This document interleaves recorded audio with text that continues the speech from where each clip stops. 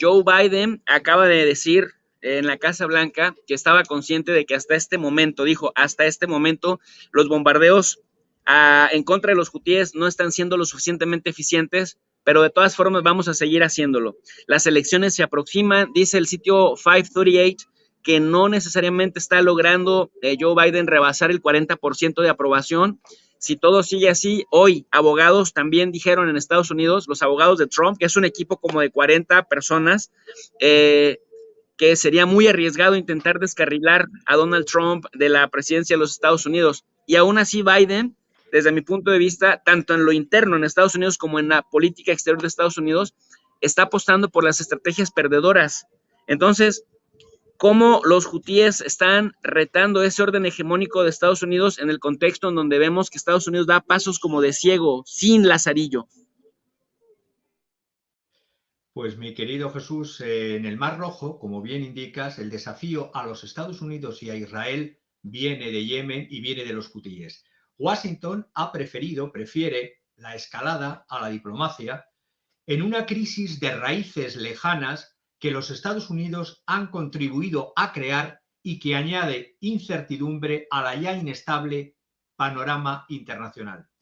El Mar Rojo suele ser una de las rutas comerciales más transitadas del mundo, alrededor del 12% del comercio mundial, casi el 30% del tráfico marítimo de contenedores y una cantidad significativa de petróleo pasan por el Canal de Suez en la parte norte y por el estrecho de Bab el-Mandeb en el sur.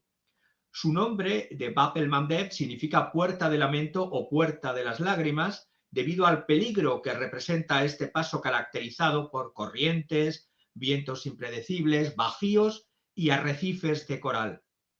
Conecta el Mar Rojo al Golfo de Adén y, por tanto, el Océano Índico y con las riquezas del continente asiático. A ambos lados, como estamos viendo, África, Asia, a ambos lados se encuentra Djibouti, del lado africano, y Eritrea, del lado africano, y del lado asiático, en la punta de la península arábiga, Yemen. Y es precisamente desde Yemen, uno de los países más pobres del mundo, que el movimiento chiita de Ansar Allah, hoy más conocido como los hutíes por el nombre de su fundador, Hussein al-Hutí, lanzó un verdadero desafío a Israel y a los Estados Unidos. El grupo, considerado un aliado, el pasado 31 de octubre declaró efectivamente la guerra a Israel, como protesta a los ataques monstruosos calificados de genocidio contra Gaza y su población. Estamos hablando de la Operación Espada de Hierro, que empezó el 8 de octubre, y esta reacción hutí empezó el 31 de octubre, después de muchas advertencias de que se parara con esta masacre contra el pueblo palestino. Frente a la agresión israelí y de Estados Unidos, se han lanzado misiles balísticos y de crucero y un gran número de drones contra, repito, objetivos israelíes. A la luz de la debilidad de los regímenes árabes, sobre todo regímenes como el de Bahrein, donde está la base naval de Estados Unidos desde el año 47 y sede de la quinta flota de los Estados Unidos, o como Qatar, que está en esa tesitura de que por una parte alberga a la United States Central Command, la CENTCOM, en Al-Udeid, pero también es la base de Hamas. El conflicto palestino que lleva desangrando al pueblo palestino desde hace 70 años, más de 70 años, estos misiles y estos drones no representan un peligro particularmente grave para Israel, pero sí para su economía, y lo voy a intentar explicar. Es más grave la amenaza potencial que el grupo Ansar Allah o los hutíes representan para el tráfico comercial de Israel en esa zona. Como estamos viendo en los mapas, la distancia entre las escarpadas costas del Mar Rojo es relativamente pequeña y en el estrecho de Bab el-Mandeb no supera los 26 kilómetros. Vemos que, como ejemplo, del 19 de noviembre del año pasado, la captura del Galaxy Leader, barco con bandera de Bahamas, propiedad israelí y operado, aunque fuese operado por una japonesa y con tripulación mexicana, El propietario es Ray Carriers, perdón, y el propietario es Abraham Rami Unger. Es un Ashkenazi con apellido judío alemán proveniente de Hungría. Todos los barcos, han dicho los hutíes, que pertenecen al enemigo israelí o que tienen tratos con él, se convertirán en objetivos legítimos. Mohammed Abdul Salam, el principal negociador y portavoz de los hutíes, lo justificaba diciendo que los israelíes, después de 70 años, el gobierno de Netanyahu y todos los gobiernos de Israel solo entienden el lenguaje de la fuerza. Ya en el año 21, un barco vinculado a este multimillonario israelí Ashkenazi, Abraham Ungar, tuvo una implosión en el Golfo de Omán. Si vemos, por una parte, cómo esto afecta económicamente a Israel, lo voy a intentar indicar con cifras.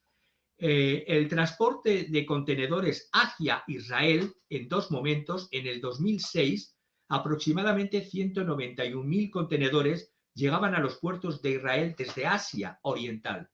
y mientras que otros 268.000 llegaban desde Europa Occidental. Pues bien, a partir del 2019 se invirtió la proporción. Llegaban más contenedores, si llegan más contenedores, o llegaban más contenedores de Asia Oriental en el 2019, 278.000, frente a los 260.000 que llegaban por Europa Occidental.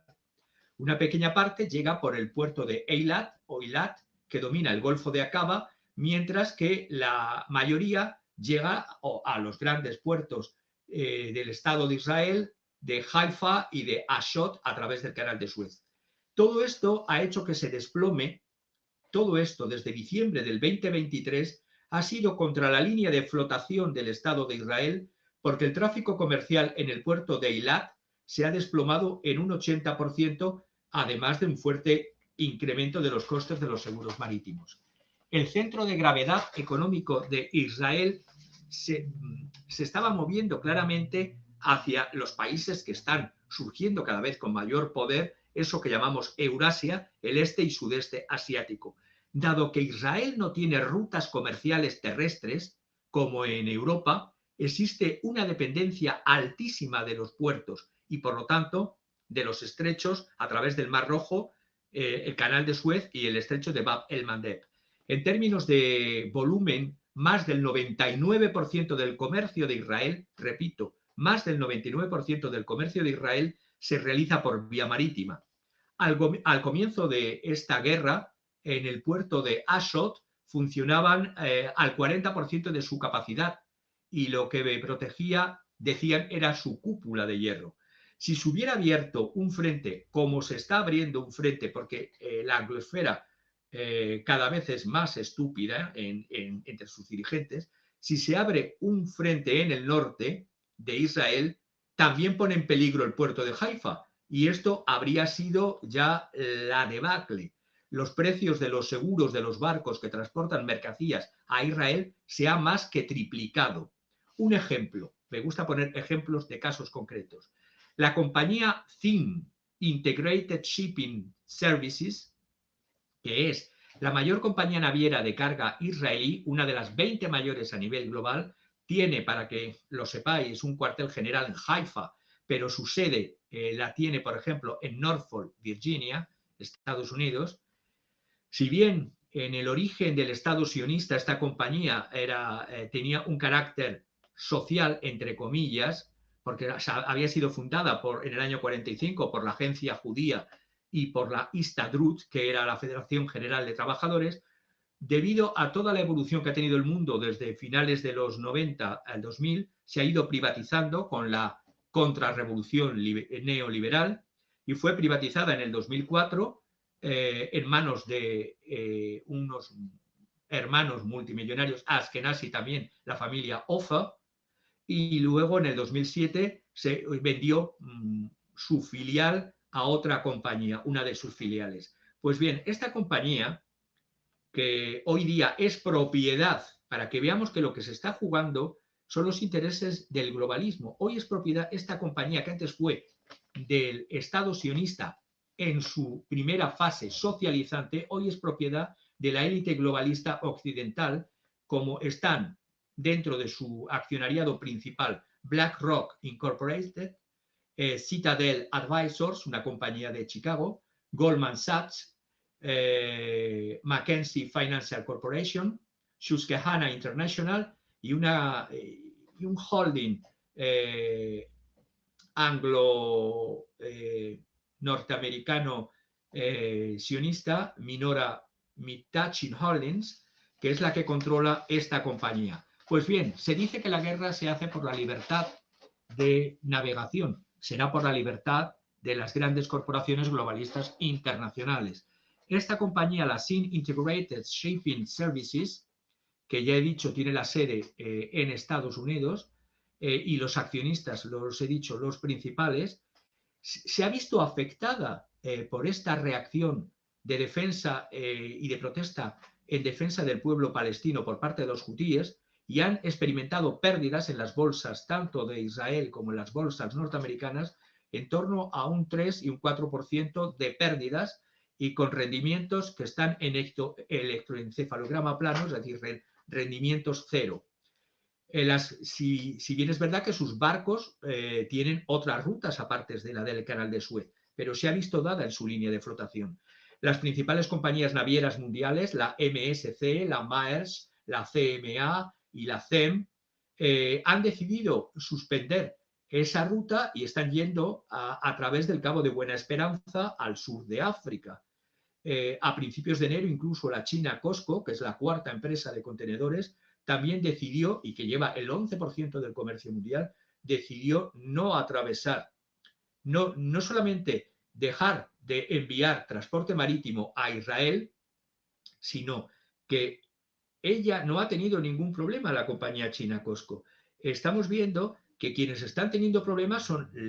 los que están en relación a envíos o import o export desde Israel o para Israel o compañías de capital israelí. Los hutíes alegan que es una respuesta directa a las masacres que ya llevan, la cifra ya no sé si rebasa los 23.000 o los 24.000 personas asesinadas, cometidas por Israel en eso que decían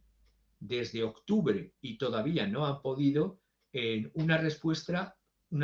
contra el ataque de Hamas. Pues bien, estamos viendo del 18 de diciembre los Estados Unidos y sus aliados de Reino Unido iniciaron con esos nombres hollywoodienses la operación Prosperity Guardian, será Prosperity para las compañías globalistas financieras internacionales. El 3 de enero Washington y Londres lanzaron el ultimátum a Ansar Allah, a los hutíes. Ha habido ataques a los hutíes, se han vanagloriado de que habían paralizado ya los ataques a los hutíes y hace unas horas ha habido un ataque de los hutíes a un carguero. Estamos viendo que se ha atacado población civil por parte del Reino Unido y de Estados Unidos en el puerto de Hodeida y en la capital, en Sanaa. ¿Qué más decir para terminar con esta primera parte? Pues que Israel ha intentado desde su establecimiento controlar el Mar Rojo como un mar propio, porque voy a dar un dato. Cuando se hizo esa resolución, la 181, si mal no recuerdo, del plan de partición de Palestina en el año 47, que atacaba los derechos del pueblo palestino porque no se los tenía en cuenta en esa decisión de Naciones Unidas. Luego hubo la guerra civil que dentro del mandato palestino del año 47 al año 48, ya Israel como entidad tenía en mente la lucha por el control del Mar Rojo. Y por eso, en marzo del 49, el recién formado Estado judío de Israel ocupó una aldea que pertenecía a Jordania, al-Rashrash, que hoy día se llama Eilat o Eilat. Es decir, algo que era jordano fue capturado en el desierto del sur del Negev, bajo control jordano. En las conversaciones de armisticio del año 49 se estableció de facto, como suele hacer la entidad de Israel, como soberanía israelí. E intentaron incluso controlar las islas de Tirán y de Sanafir, que estaban primero en administración de Egipto y que desde el 2017 al-Sisi las entregó a Arabia Saudita. Las guerras de Israel con sus vecinos árabes las del 56, las del 67, las del 73, invariablemente resultaron intentos árabes de bloquear el transporte marítimo a Israel en esta franja. Pues bien, si han sido infructuosas, esta es la primera vez que los ataques hutíes han tenido esos resultados, porque, y termino, desde los años 62-70, del año 62 al año 70, que hubo una guerra civil en Yemen, empezaron los tumultuosos problemas de Yemen por las intervenciones extranjeras. Ahí estaba Tel Aviv también apoyando a la dinastía real de Mutawakilita. Irónicamente, Mutawakilita, esa dinastía real, que eran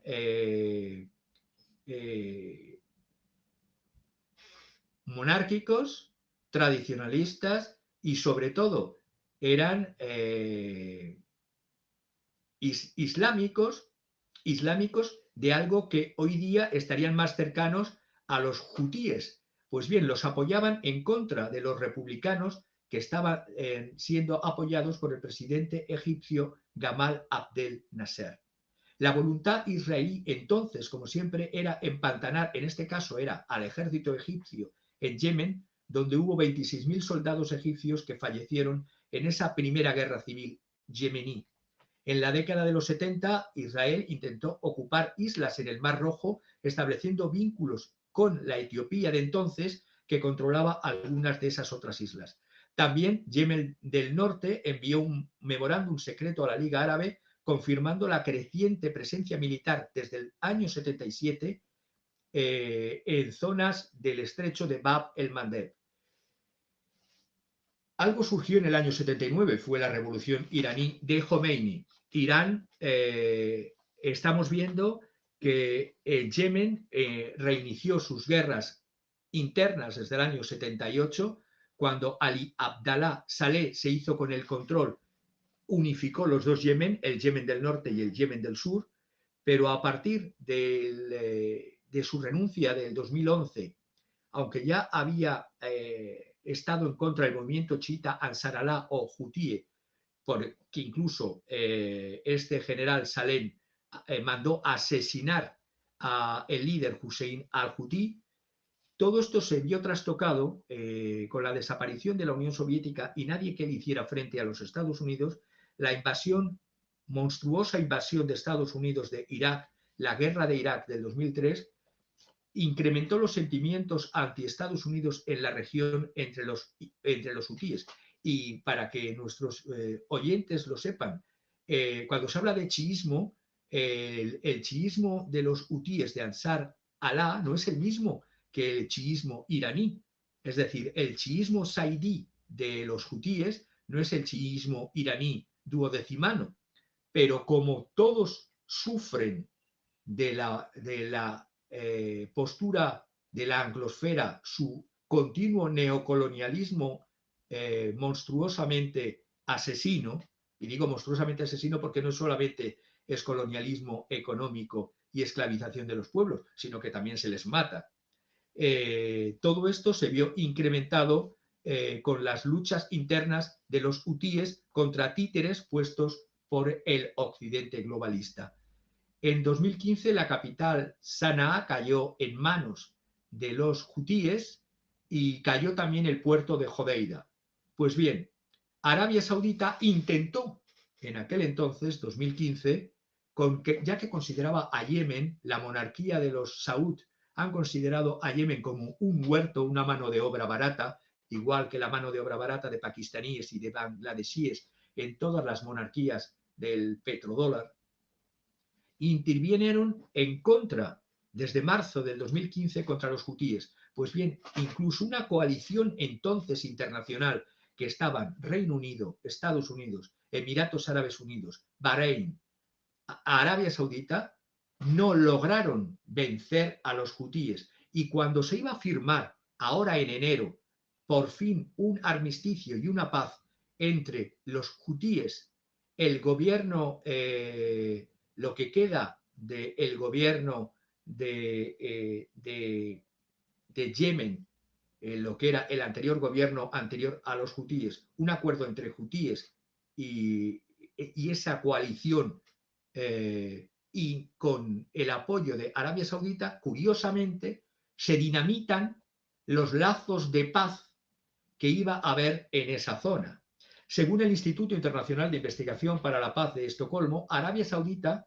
durante esos 5 años de guerra, se convirtió, para su desgaste, en el mayor importador mundial de armas del mundo.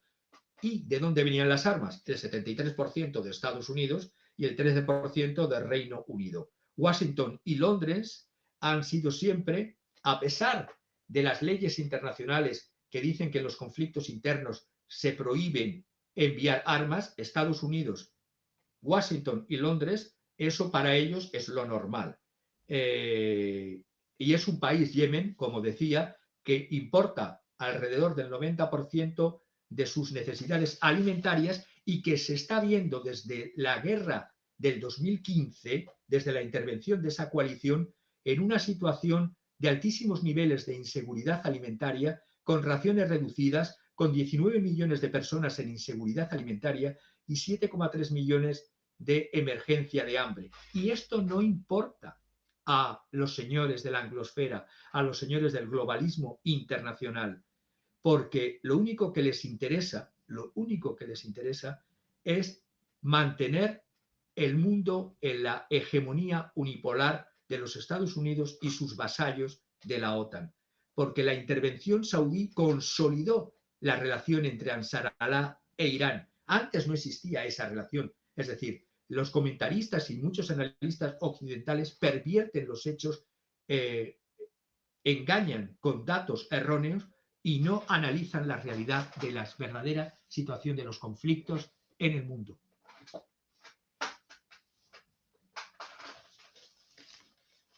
Francisco, y con esto que comentas, yo nada más complementar que además de las pérdidas económicas que los hutíes le están generando a Israel al evitar que lleguen embarcaciones en tiempo y forma con los productos que la economía israelí necesita, ahora que tiene bloqueado a la navegación específicamente de Israel, pues también el Hamas y el Hezbollah con estos ataques por Gaza y por el norte de Israel, pues hay aproximadamente entre los desplazados israelíes, y me refiero a la población de las viviendas del norte de Israel y del sur de Israel, unos 300 a 350,000, que lo que significa que para una población que tiene 6.5 o 7.5 millones de habitantes es muchísima población económicamente activa, la que no está produciendo, pero que se convierte además en una carga para el mismo Estado. Entonces estamos hablando de lo que deja de ganar, pero también de lo que está perdiendo Israel, lo que a grandes rasgos no es sustentable.